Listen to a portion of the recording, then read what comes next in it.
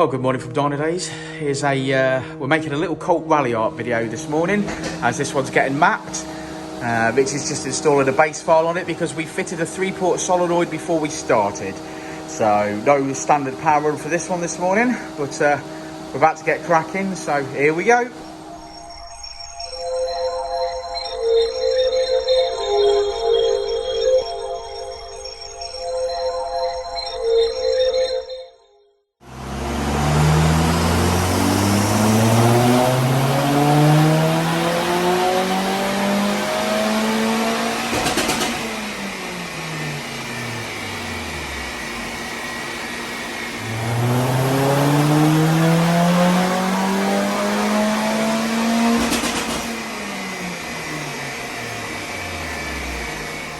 Okay, well, she's mapped up well, Richard Ellis.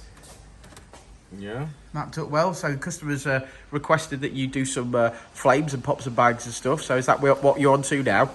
Yeah. Excellent. I'm just reminding myself what needs to change. It's been a while since we've done a Colt. Yeah, it has. Certainly for pops and bangs anyway. So it's been a little while. But yeah, it's mapped up well, this one. So we'll talk about that at the end of the video. Anyway, it is Friday, Richard. I don't think. What does that mean to me and you? Not a lot, admittedly, especially when I've got to do my VAT quarter on fucking Sunday. I'm gonna hang myself with the printer lead. Yeah, do it. I'm gonna do it. What I'm gonna do is I'm gonna work all day Sunday for free so that I can pay the tax man. So I can pay the tax man, yeah. So I can work out. Yeah, I'm gonna work all day so I can work out what I need to pay. What you need to pay him, yeah. Which will be a substantial amount. That's gonna make me sick.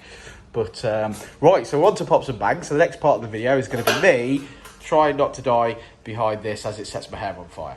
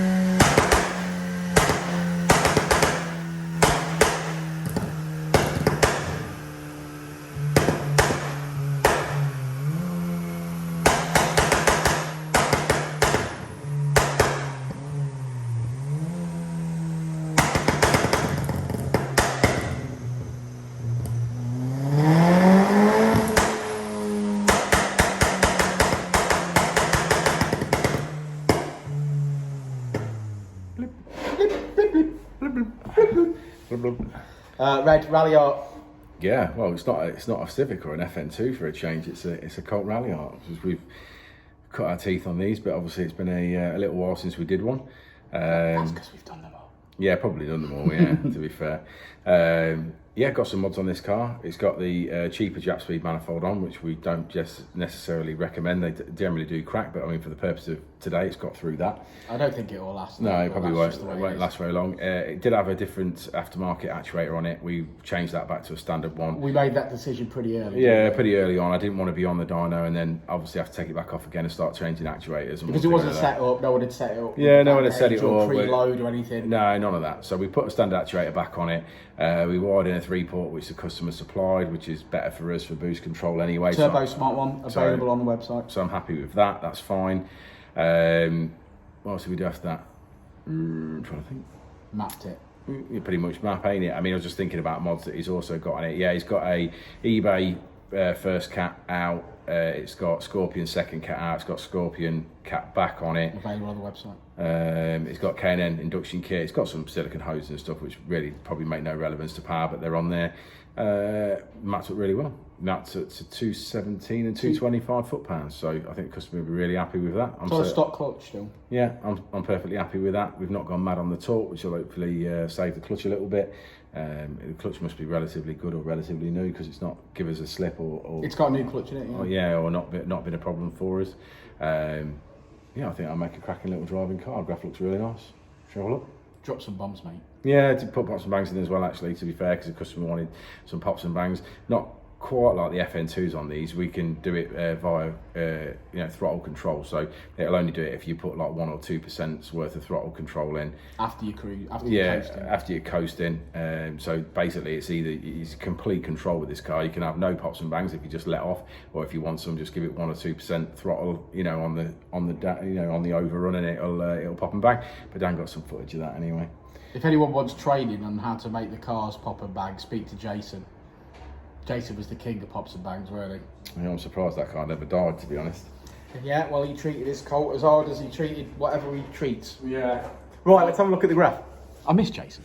Okay, so there's the end figures, the end power graph. Now, as you can see here, we don't have an initial one because we fit a 3-port, so you have to flash it. You can't use a 3-port unless you're mapping. So we ended on 216 and 225 foot-pound of torque, which is a really great result, and I think he's going to love that. Well, thanks for sticking around for this Colt video. We're about to make another one because there's another red Ralliart waiting outside. So let's get on with it, eh, Rich? Yep. We'll see you on the next one, won't we, mate? We will indeed. We will indeed.